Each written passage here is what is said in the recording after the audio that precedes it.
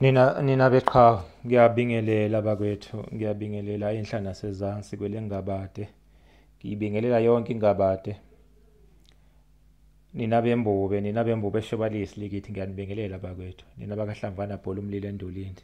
Ngiyanibingelela nonke enhla nasezansi. Intunga lasenhla leli. Ngibingelela kakhulu abasemantongweni. Omabaso, oguliwe, omashinini, onkosi ndlangamandla, onyandeni, ongubini, onkomo, ophuwana, osijemlana. Ngiyanibingelela bakwethu, ondlungwane, ongwane. Ngiyanibingelela hayi ongwane wakwaMatiwane kodwa wakwaHlongwane. Cha, ngikhuluma ngongwane wakithi. Ngikhuluma ngongwane wakithi ulaphaya endaweni yaseKoloni. Endaweni yayikade ngaphambilini ibizwa ukuthi kuseTranskei. Ngibingelele nabakwaNdlovu futhi oNdlovu basemantungweni. Nabo baseKoloni khona eTranskei. Ngiyanibingelela Mantungwa. Sindlovu ezibantu ngiyanibingelela ninabo bakaDonda. uDonda weyizibu ukekela kaNgobo ngenalo lake emntwini laka lwakhe kuncintsha. Usona nesingoni lutho kwemhlambe inyamazana. Nina bakalobhengo lwamawa. Amawabe ngase inkondeni naselangeni. Nina bakaSigubudu silizulu ngokusibekela amathala emikhonto kithi emdladlandle. Nina bakamzilikazi kaMashobana usibopha sishoma sengumqoba kuboka sokhumalo umehlo kaboni ngawamasho. Umehlo kawaboni ngawomashongwe. Uqaliziye phukudlongwana. Wadlilo iwadlinkelenkele. Wabhodlela kwezikamnyebe zabonakala ngodaka emaselweni. Ukuthi ziyiwelile imbembesi zibange enyathi. Nina bakamawelo omhle kakhulu ngiyanibingelela bakwethu.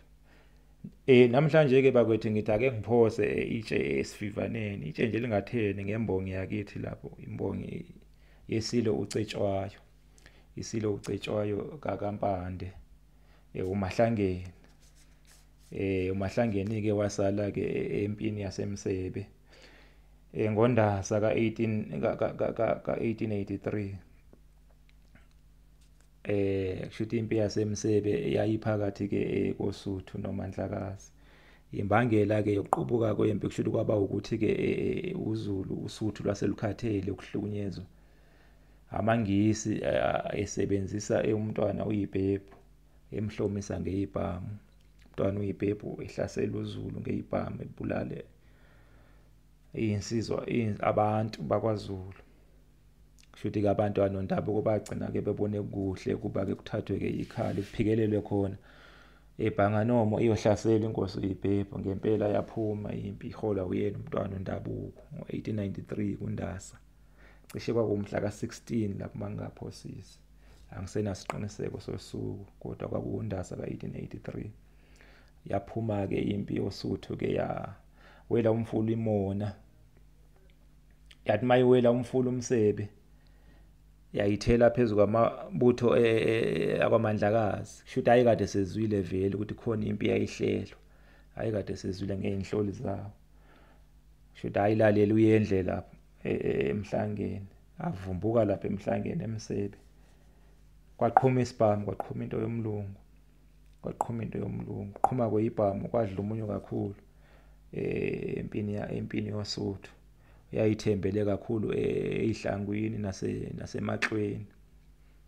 Iningi lawo nje ayingenazo ibhamu. Siningi insizwa ke zasala lapha emsebe.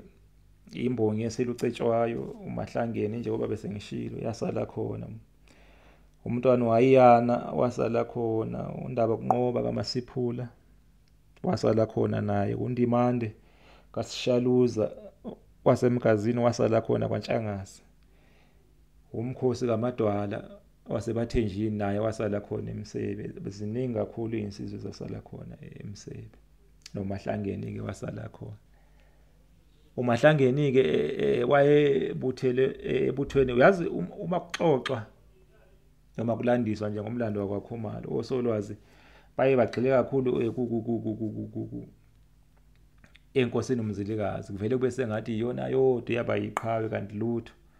Sasinawo amaqhawe emantungweni aye maningi ayithe nje ichithisaka ngabalo nongila amabaso inhloli enkulu yamakhosi akwaZulu kusukela enkosini usenza ngakhona kwaze kwaba yiSilo uCetshwayo. ngibale uMahlangeni naye, ngibale noLutsho, ngibale uDenjane, babaningi impela. uMahlangeni ke ubaba wakhe kwakuwuMagawozi, njengobaba wakhe kwakuwuMagawozi nje kusho ukuthi wayewumna wakhe kaBheje, uBheje kaMagawozi. Inkosi uBheje ke yakhothama ngesandla senkosi uDingane, kusho ukuthi yayihlaselelwa ke izono zenkosi uMzilikazi, kubangwa yinkomo zazikade idliwe inkosi uMzilikazi kubeSuthu bakaHanesi lapho eHarrismith, endaweni esekuyiHarrismith manje. Kusho ukuthi inkosi uMzilikazi yayikade ithunywe yiLembe, yayiseyinduna yeLembe ngaleso sikhathi. iLembe lathi mayiyohlasela inkosi uHanesi yabahlokwa balaphaya babezinze khona laphaya eHarrismith, yabahlokwa. Akazi noma kuthiwa abaxoka noma kuthiwa abahlokwa yini, kodwa-ke inkosi uHanesi yayikulowo mndeni lo wabahlokwa, omlife, oSigonyela, uHosi Sikonyela, uHosi Hlubi, yayikulowo mndeni lo. Yadla-ke inkosi uMzilikazi yadla inkomo zohlobo lonyoni kayiphumule. Unyoni kayiphumule usho ukuthi inkomo emhlophe qwaba engenalo ibala. Shuthi yagcina-ke kuyidleni kwayo-ke iningi lazo ayisayisanga, ayisazethulanga-ke enkosini uShaka, yayigcinela zona. Yaqhubuka kanjalo-ke ingxabano, kwagcina-ke kubulawe-ke nenkosi uBheje, yasala-ke isibulawa inkosi uDingane. Kubulaweni-ke kwenkosi uBheje kusho ukuthi kwafa nabafowabo benkosi uBheje, oMabhede noNgazana. Lapha ey'bongweni zenkosi uDingane kusuke kushiwo lokho kuhlasela uma kuthiwa obhambathe ingoma phezulu. Iy'nkomo zikaBheje zaphuma zamlandela, ziphume iy'nqini zonkana. Kusuke kushiwo khona lokho kuhlasela. Kuthiwa wamudla uMabheje, uMabhede kwabakaBheje, wamudla uNgazana kwabakaBheje. Kusuke kushiwo abafowabo bakaBheje, amadodana kaMagawozi. uMahlangeni-ke kwahamba wagcina-ke eseyiNyosi yeSilo u-Cetshwayo. Wabuthelwa ebuthweni likaNdaba kaWombe. iNdaba kaWombe kusho ukuthi-ke yabuthwa yiSilo uMpande, sayibutha ngonyaka we-1841. Iy'nsizwa ezabuthelwa kwindaba kaWombe zayizalwa ngo-1825.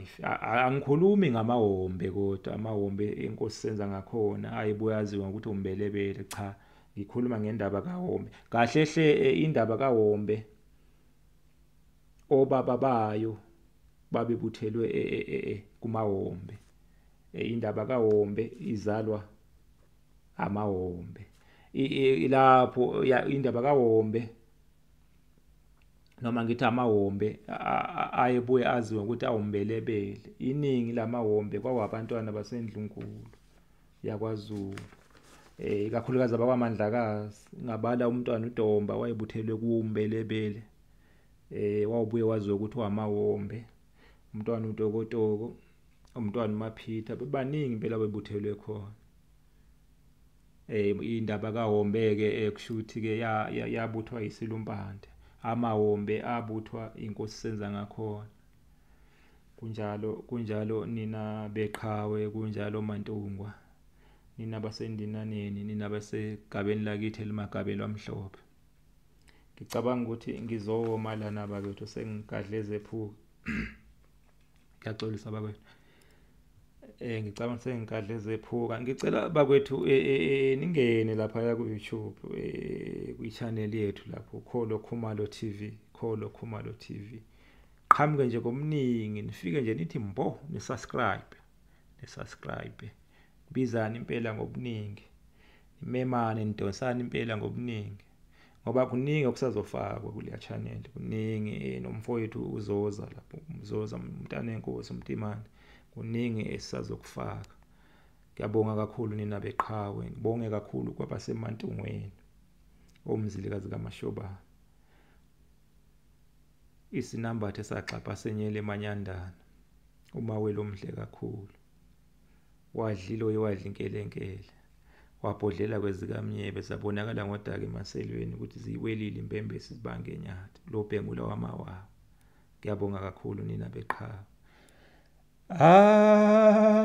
Basamoya lingana bakwabu. Watwinsisa, watwinsisa, watwinsisa.